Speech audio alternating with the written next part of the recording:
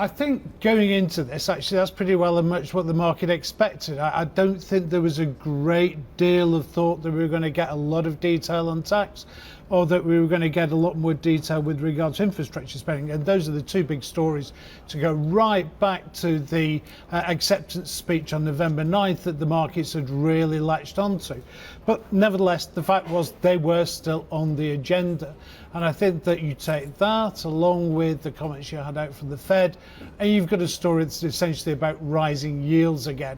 If you look at what the 2 years done, we were at 116, just 2 days ago. Now we're pressuring 130. We've actually broken up out of the range that we've seen for the last month or so.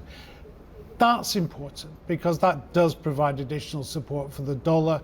How much more support, though, that's going to be the issue. Well, let's have a quick look at the currencies. In terms of where we are, euro dollar 1.054. So some gains against the euro, but the big move, or the bigger move, I would say, has been in dollar yen this morning, 113.58. What are your near-term targets on some of these calls?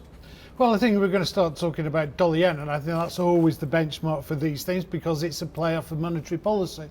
At the end of it, we have a Bank of Japan that continues to target yield in one form or another, and we have a Fed that's getting ready to hike rates. So, yeah, I think we can start to actually make some moves here on dollar yen. The simple fact is that when dollar yen moves, it moves. So could we back to 116, 117, 118 again? Yeah, it's certainly a possibility. Simon, when you talk about the comments we had from some FOMC members yesterday, a real re-rating of expectations for a March rate hike. But then again, when you listen to Trump's policies here, still some uncertainty as to when the tax reforms will kick in. Is it a possibility that the Fed gets ahead of themselves? Or when you look at perhaps other factors, including the U.S. data we got yesterday, do you think March sounds about right? I think that what they're doing, I think March, first of all, March does sound right. Because I think that by going in March, it gives them greater flexibility later in the year.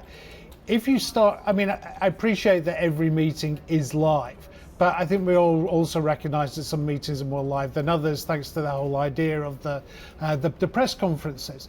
So if you don't go in March, suddenly you're really talking about June, and then you're limiting yourself later in the year. So I think by making a move early on, then it gives you greater flexibility as what you do is when you find out the details about tax. It lessens the possibility of you creating market unrest during July and August. How many times have we seen that in the last few years? So I just think it's a smart tactical move from their perspective.